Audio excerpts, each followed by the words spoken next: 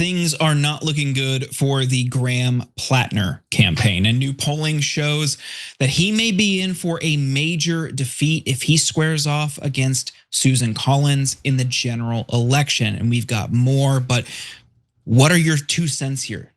Yeah, I don't believe the poll. So you're gonna read the poll, and then I'm gonna question the people who did the poll. I think they're bad guys, even though they're on our side, theoretically. And then I wanna have a real discussion with you on, forget staying in the race. Who do you think you support in the race, and I support in the race, and have a real discussion about it, because I think that this stinks to high heaven. But tell us the facts and then we'll discuss it. Okay. Democratic group Emily's List has released new data gauging Maine voters' thoughts on Platner in a head-to-head race against Republican Senator Susan Collins. Before testing a matchup between Platner and Collins, the poll summarizes pro-Platner messaging, including his military service and his promise to fight the billionaire class and make politics work for regular people, along with likely Republican attacks about the communist label and his comments about police. With that information, Collins leads Platner 51% to 42%. That gap grew to 19 points after voters were provided with more quotes from Platner's Reddit posts. And when voters were provided with a lengthy apology response, he only narrowed the gap by 5 points.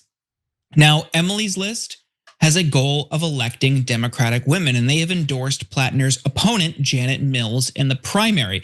The most recent major poll on that primary, which was conducted before it was revealed that 20 years ago, Platner got a tattoo resembling a symbol used by the Nazis, showed Platner was up by 34 points. Another poll from a lesser-known pollster, SoCal Strategies, conducted during the week Platner's tattoo and Reddit history were made public and in the news, showed Mills ahead by 5 points. When Platner's tattoo was mentioned to respondents in that poll, Miller's lead grew to 30 points.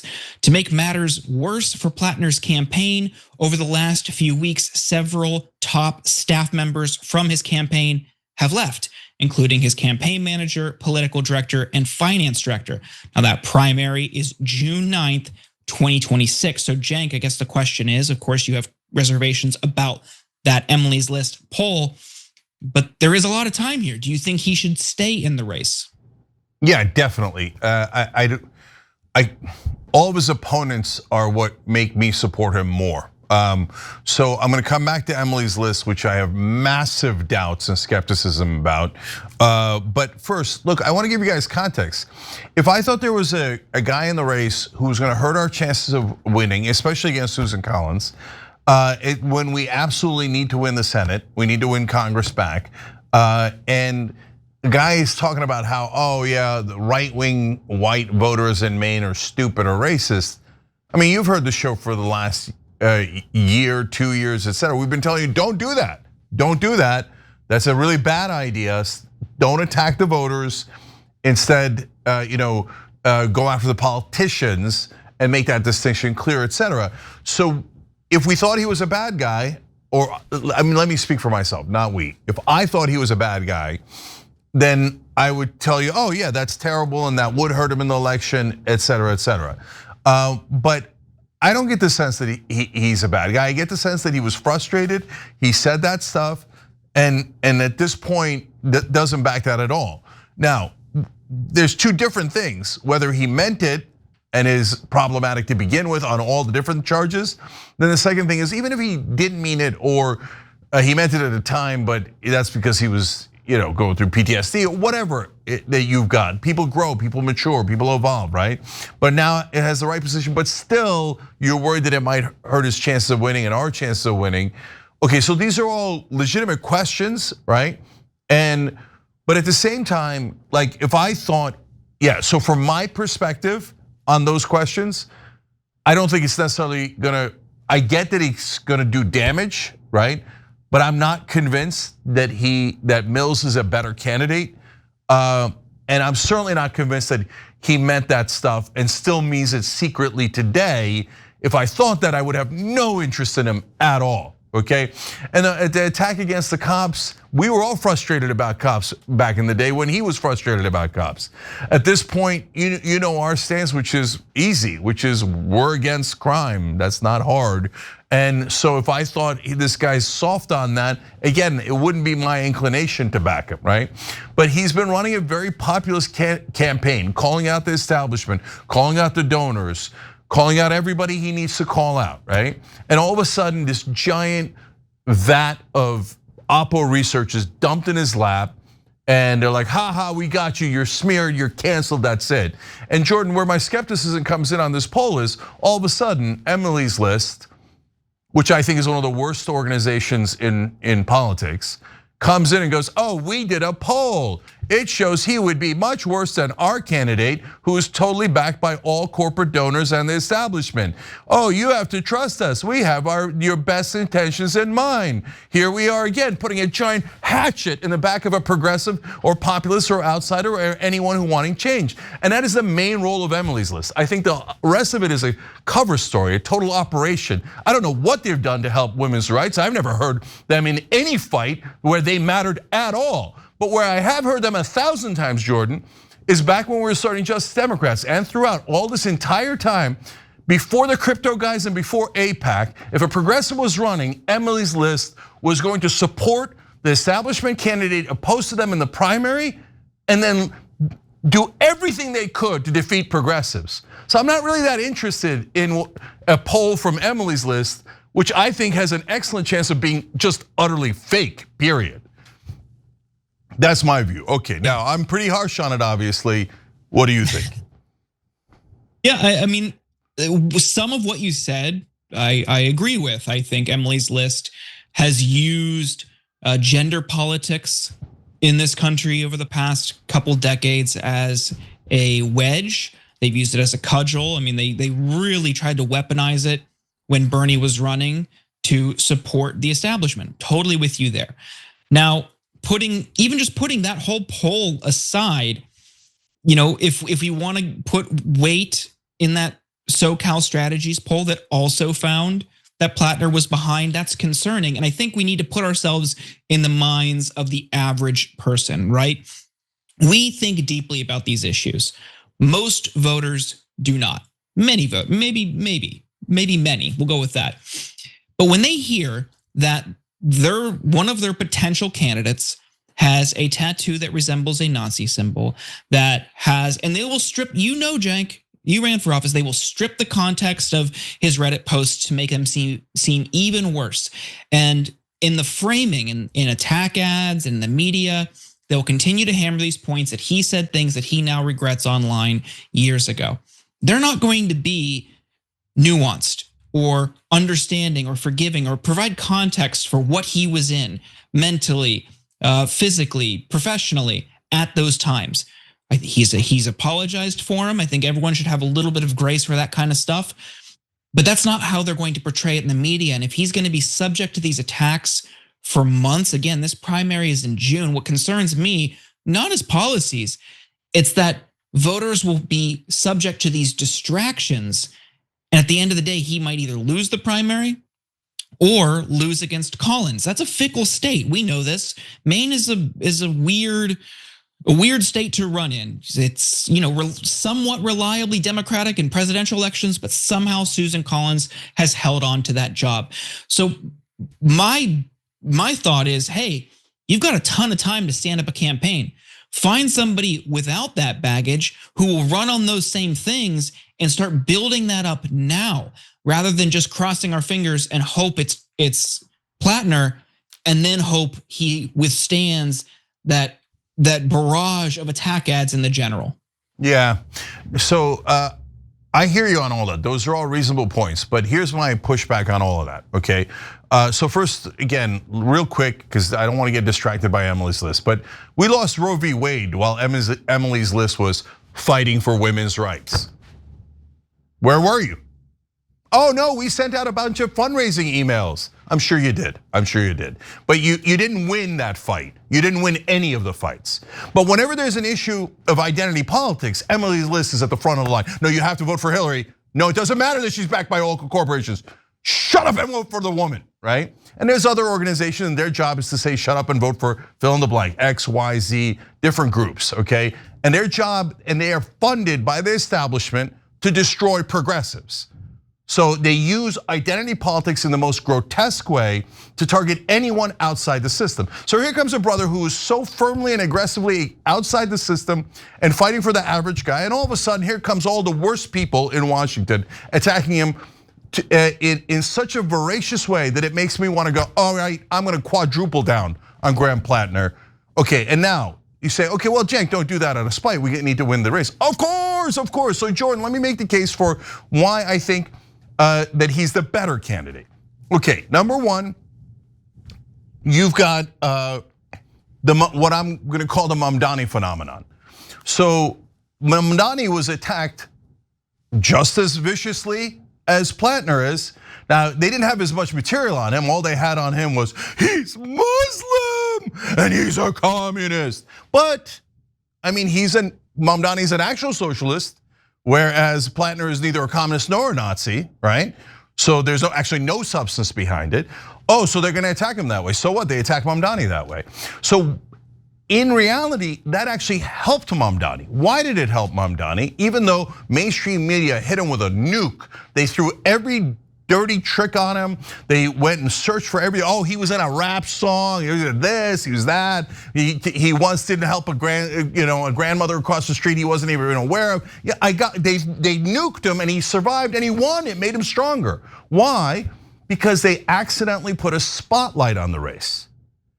And once you put a spotlight on the race and people start paying attention, our policies and our style, again, left-wing populists, is so much more popular than anything else in the country.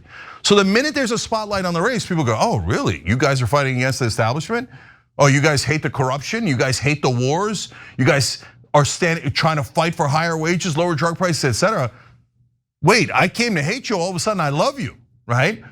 And so that spotlight helped Mamdani, didn't hurt him. And if they nuked him twice, it would have helped him twice as much. So I'm not sure that this is gonna hurt him at all. Number two, there's cancel culture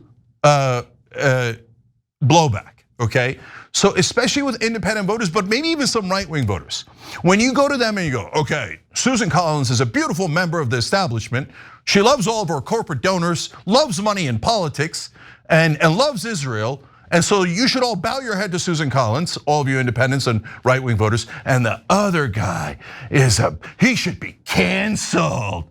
It looks like he's fighting for you guys, but the establishment hates him. And he was a Nazi on the right, and he was a communist on the left, and he hates cops, and he hates people who hate cops, and he hates everyone, and you should hate him. I think a lot of people are gonna go, really? Tell me more about this guy, because now I'm kind of interested.